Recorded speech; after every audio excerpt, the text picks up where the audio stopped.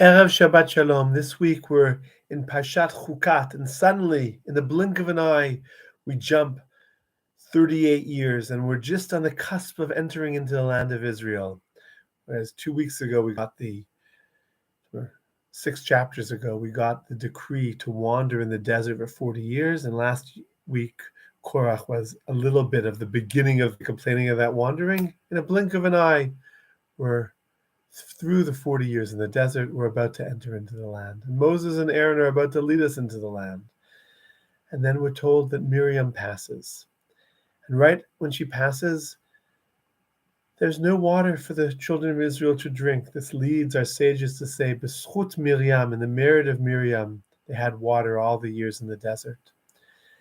And they come to Moses and Aaron and say, we have nothing to drink. And Moses and Aaron fall on their faces and say, we have nothing to offer you. God appears and says, Moshe, Aaron, take the staff that's lifnei Hashem, that's in front of God, and bring it with you to the rock and talk to the rock. And lo and behold, Moshe and Aaron tell the children of Israel, Shimu nahamorim, listen, you challenging lot. When we bring water forth from this rock, and they strike the rock twice, and water comes flowing out. And then God appears and says, Yan lo emantem bi, since you didn't believe in me and didn't sanctify me, you won't be able to lead the Jewish people in the land of Israel. And you just want to give Moshe and Aaron a big hug at that point and say, you've done a great job. You've done an amazing job. It seems totally unfair.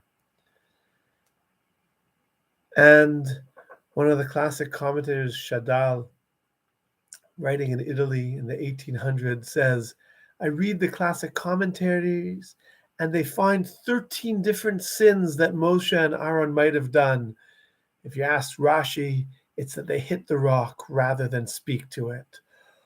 Or if you ask the Rambam, Maimonides, it's that they said, Shimu nahamorim, they lost their cool, they got angry at the people. Or that they hit the rock twice, or that the Ramban says when they were faced with the challenge, what will you drink? They didn't have a response. They fall on their faces, milifnei ha'am, because they're overwhelmed. They weren't able to lead. And Shadal suggests, Shmuel David Lotzato suggests that I don't want to suggest a fourth interpretation because I did one sin and I keep multiplying. A very sweet interpretation, predicated on Rashi, who notes that 40 years earlier, just as the Jewish people leave Egypt, they're told to go when there's no water and hit the rock, and water comes out and it's all good. Now they do the same thing and it's all bad. And you're left a little confused. And it's been suggested that maybe if you're using the same solutions that successfully worked 40 years ago to deal with the perennial problems in our own lives, in our communal lives, in our national lives, then maybe we're not really providing the leadership that's necessary for today's challenges and issues. Here in Israel, we're again going into elections, and it seems almost as if we're in a Groundhog Day type of setup where you're going to have the same parties and the polls suggest the same outcomes. And maybe we need the courage to not look at solutions that perhaps were successful to the same problems, but maybe look for new solutions to the perennial challenges that we face.